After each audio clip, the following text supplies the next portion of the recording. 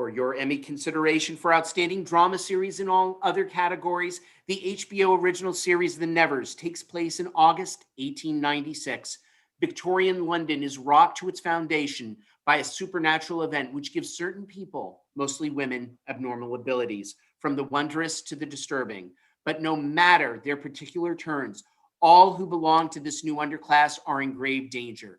It falls to mysterious, quick-fisted widow Amalia True, played by Laura Donnelly, and brilliant young inventor Penance Adair, played by Anne Skelly, to protect and shelter these gifted orphans. To do so, they will have to face the brutal forces determined to annihilate their kind. All episodes now streaming on HBO Max.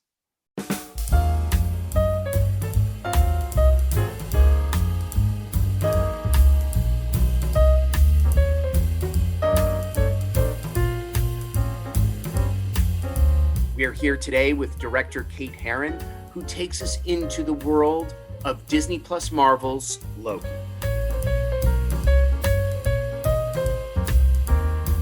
Tell us about how you landed the directing gig for Loki.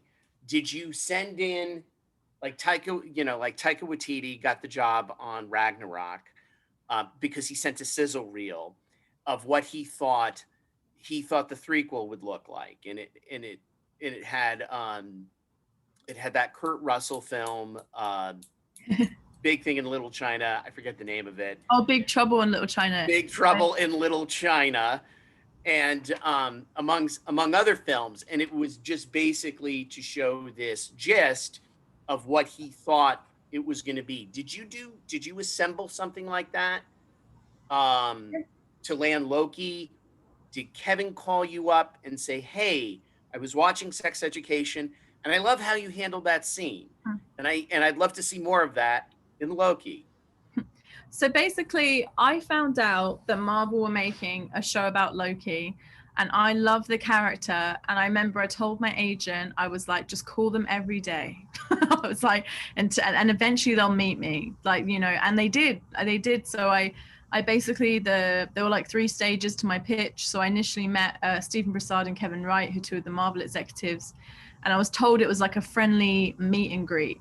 But I basically was like, I'm going to pitch them because I don't know they're going to meet me again. I don't know if I'll get to the next stage. So I basically prepared this kind of document, and it had everything in it. I had like casting ideas, story ideas, design, lighting, why I love Loki, the character.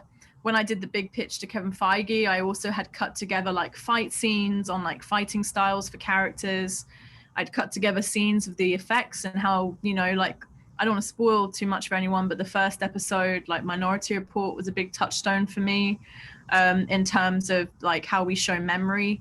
I wanted it to feel like a play of his life. And just because for me, I think it felt more emotional. Like I didn't want it to feel like too much like a clip show in some ways. And I felt like it was more emotionally impactful to feel in the room with him, because I love that moment in Minority Report where he sees that projection of his wife, and it's so painful, right? Because she's no longer there. And I felt like seeing memories of a life you can't have or could have had, and feeling like they were people almost putting on a play on a stage to me, that for me felt really emotionally strong. And just also putting, him in the audience perspective, that I felt like it was so interesting to be in the room with him, watching these moments that we know. So I had a lot in that pitch. Honestly, it was just a big download from everything in my brain and everything I wanted to bring to it. So did you create a lookbook? Yeah, it had images of like architecture in it, the style, the pitch essentially was like a massive PowerPoint presentation, and then I had my notes to accompany it that just kind of sat in front of me, which was this big document of stuff. So yeah, but I had pictures to go alongside it. The architecture, I love the set design in it. It's like very 1984, very Kubrick. And yeah. I was like, was that what you were thinking? Was that in your initial lookbook, and did it make it in? Yeah, so basically I grew up in Southeast London, and actually A Clockwork Orange was filmed down the road from me. Whereabouts? Tell me. So Thamesmead is where they actually filmed a lot of A Clockwork Orange, and that's like southeast. So, and Children of Men also filmed a lot there. There's a lot of dystopic sci-fi that seems to have filmed where I grew up. But yeah, I love the idea of taking the brutalist architecture, because I was thinking about obviously the TVA and the timekeepers being this, all-knowing powerful force, but then marrying that up with this kind of Midwest architecture, which is, because the TVA are very heroic and very classy, and, they're like the heroes that protect time. So it felt like a fun way to like bring those two styles together. But also beyond that, I just wanted the show honestly to be like a big love letter to sci-fi. And I pulled from so many places. I mean, the font on the computers was inspired by Alien. The time doors in the show were inspired by Dune.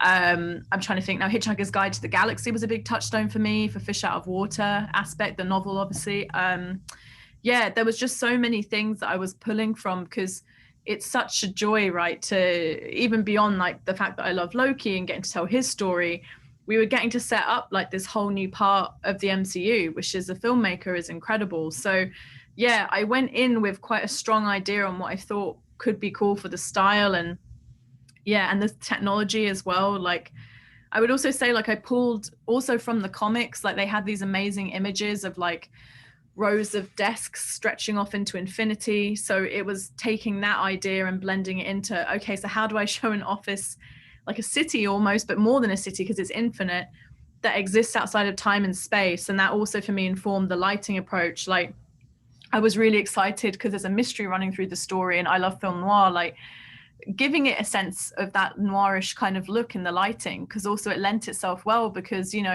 we had all this artificial light, and I had to look slightly out of time and out of space, and it was out of the ordinary. So it felt tonally to me that the lighting and that kind of shooting style also really brought the tone of the show.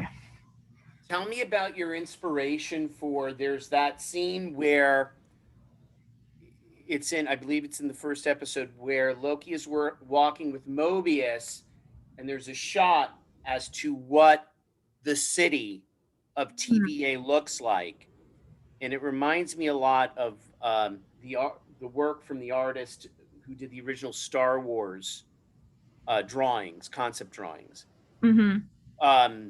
Was that, like, what was your inspiration for that image? Because it was gorgeous. It was very retro, sci-fi. Yeah, I think for me, like, so basically I had all these ideas in my head for the pitch, but then Kazra, our production designer, came in and he pitched. And I remember there were just like pictures in his pitch, like of computers and technology. And some of the pictures in his pitch were the same as mine, and he hadn't seen my pitch. And I was like, oh, this guy's already in my head and on the same page with me. This is amazing. But me and him were definitely inspired by the comics in terms of showing that infinite horizon.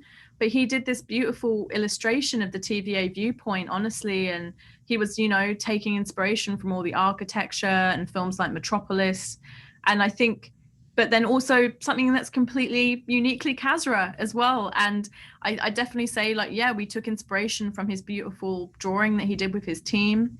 And then the visual effects team took over. But it was always meant to have this kind of out of reality feeling to it. You know what I mean? Like, it isn't quite real, kind of in the sense of it almost feels like a painting, but it's not a painting. And I think that was the kind of real tightrope to capture with that, is showing this sort of unknowable place, because that viewpoint really is the only time you get a sense of seeing the scale of the TVA in such a way. The other question I wanted to ask, what did you have access to the script before you submitted your pitch? Because you said you had casting ideas. Yeah, so basically I got sent the first episode and an outline. So basically off that outline and the first episode, I had story ideas, casting ideas. One of the cast, and some of it was as simple as Wumi's character, I thought it'd be really cool if that was a female character. It was originally written as a man, and I just was like, I think this could be really interesting if it's a woman bossing it in this role. And I don't know, I love women in sci-fi, like Ripley and Cara Thrace, but both really amazing examples of, obviously Ripley was originally written as a male character, and Cara Thrace, you know, the original version of that character was played by a man in the first Battlestar Galactica. And I just thought it would be really interesting. And so that's one example. And then another example would be Gugu was in my pitch. Like, I just, you know, I thought she'd be really interesting for that character.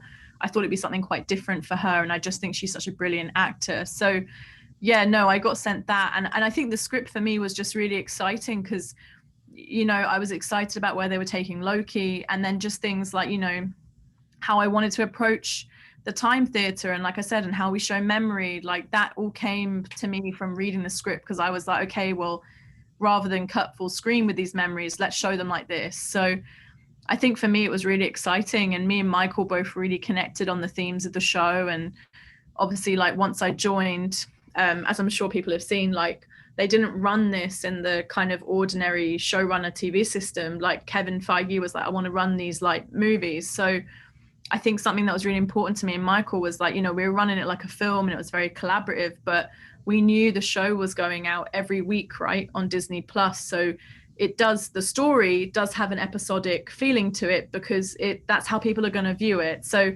I think we wanted to create like a bit like the epic scale that people expect from the Marvel movies, but kind of give them something a little bit different in terms of, you know, these are like not bite-sized, but it's shorter, almost like short stories they get to enjoy each week, and hopefully they'll provoke discussion week to week and excitement as the story unfolds. David, there's this amazing drama series that's up for Emmy consideration at HBO called The Nevers. A supernatural event has occurred, and it gave certain people, mostly women, these abnormal abilities, from the wondrous to the disturbing. It was only 6 episodes long for this season. The second part of it is coming. You want to talk about a twist of an ending? Oh, it's mind-blowing. All episodes now streaming on HBO Max. Now, are the same set of comic books on Loki that inspired you the same ones that they're semi-adapting it from? I know they do their own thing in the end, you know, but I was just curious if you could, were there specific issues? No, I would say, honestly, this is a completely unique story. And it's actually not like, we have references to comics across it. And, you know, Loki, as you've seen, he's got many different comic runs, but I do love his stories across so many of them. But no, the thing that I thought was cool about this was that it is a unique story and it is different. And yeah, I mean, there's obviously, as people have seen in the trailer, we have nods to people in the comics and moments in the comics, but I would say that, yeah, this isn't based on a particular story. It's not an adaptation. It's something new for Loki. And then, okay, give us some, you know, by the way, this is spoiler free. And I will mention that when it goes up, because if we couldn't talk, we wouldn't have a show.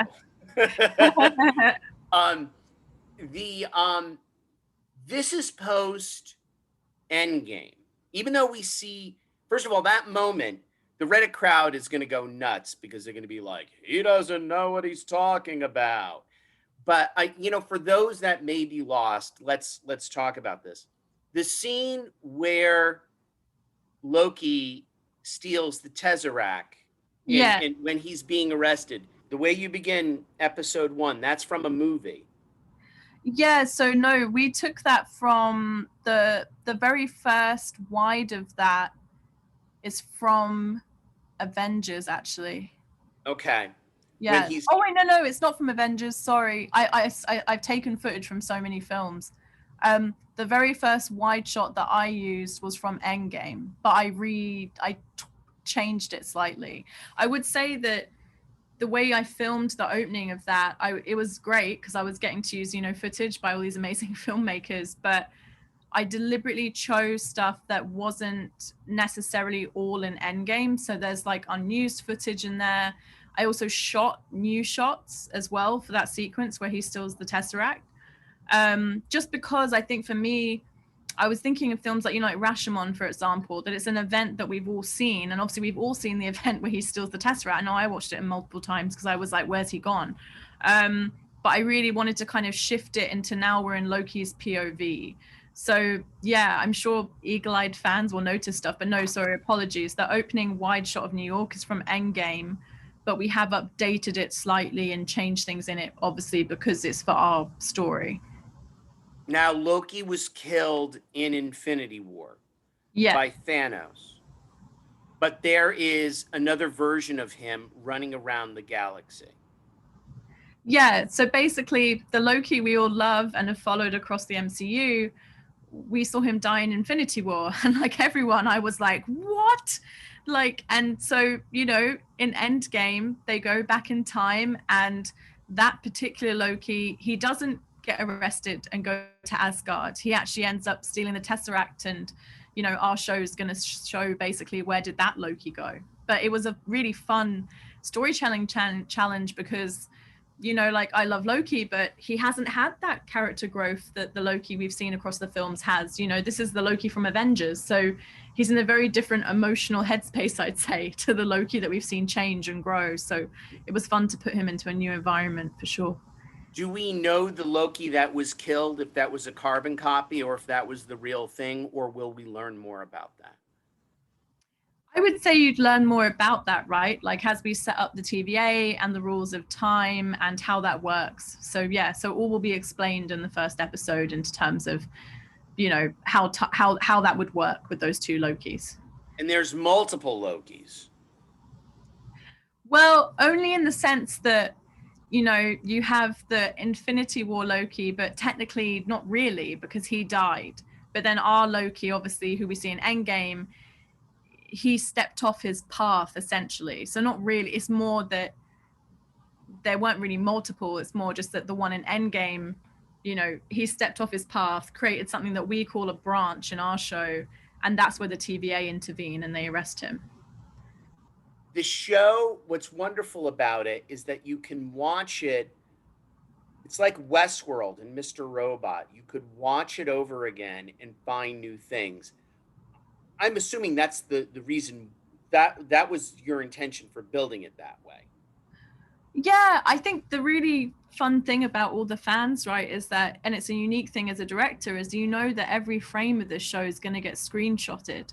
So, you know, you want to leave little I mean, I'd say like mainly references. I don't want to say Easter eggs because I don't want to drive everyone bananas looking for stuff, but I would say more like we have kind of cool references to the comics throughout. And, you know, if people look at the numbers in the TVA archives, for example, I've hid a few numbers in there that are from like the first few comics where the TVA were in the comics. So that's kind of a fun reference for an example there.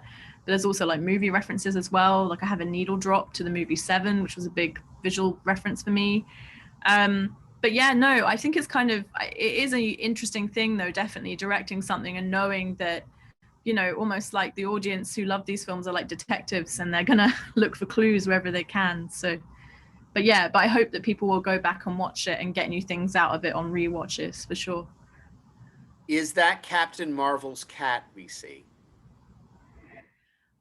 I would say it's a funny one, right? Because I don't want to ruin things for anyone, but no, I would say like the cat in question he belongs to the agent we see in that cube. That was actually a really fun pitch from our production designer Kazro, who's a genius. He basically was like talking about, because they don't really get breaks, as people will spot on the posters, they get 17-minute lunch breaks at the TVA, and there's not really like day or night, so they don't really ever stop working. So I liked he pitched the idea of, oh, this guy should just have his cat at work with him because he just lives in that cube. So no, he belongs to the very loving owner there. I mean, you can see the cat on his mug. So yeah, they're clearly very close. I love that Owen Wilson is in the show. Tell me about him coming on board.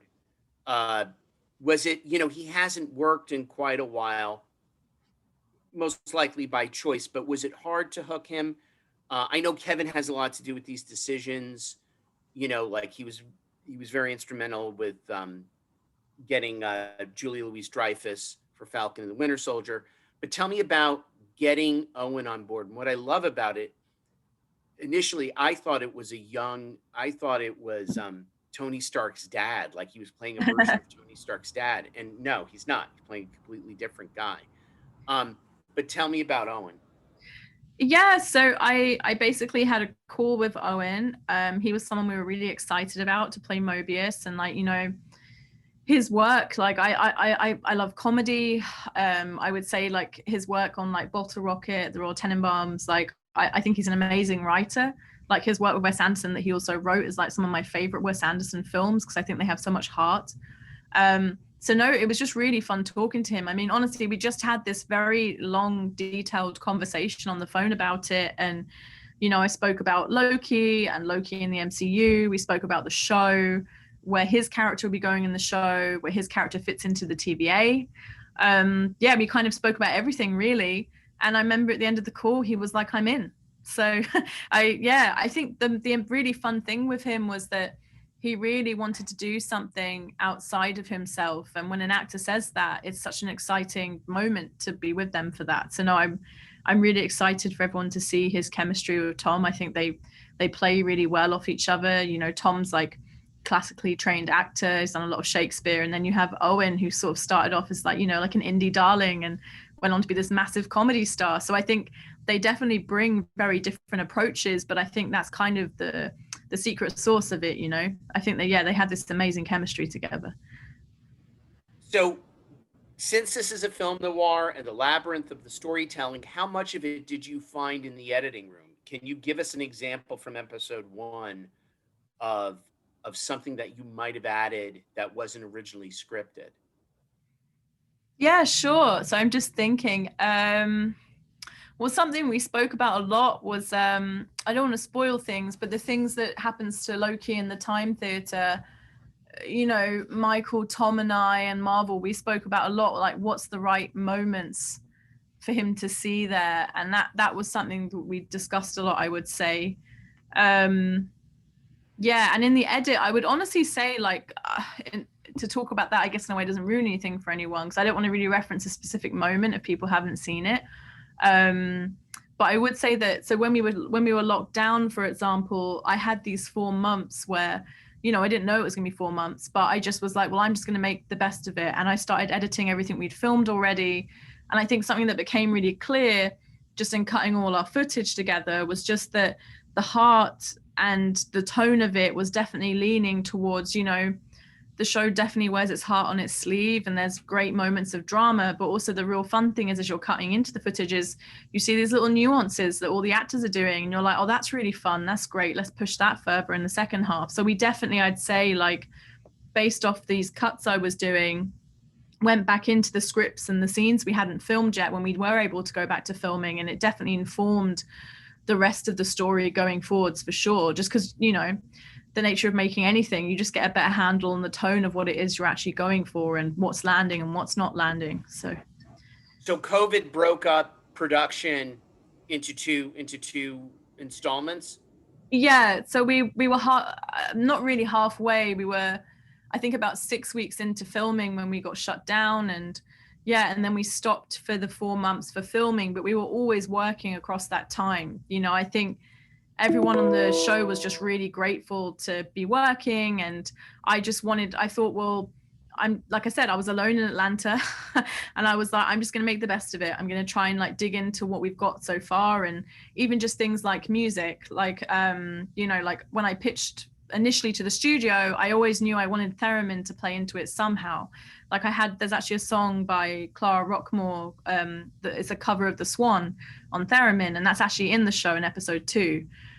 And I think that I always liked the idea of that instrument playing into it somehow because, you know, I wanted the show to be this big kind of love letter to sci-fi.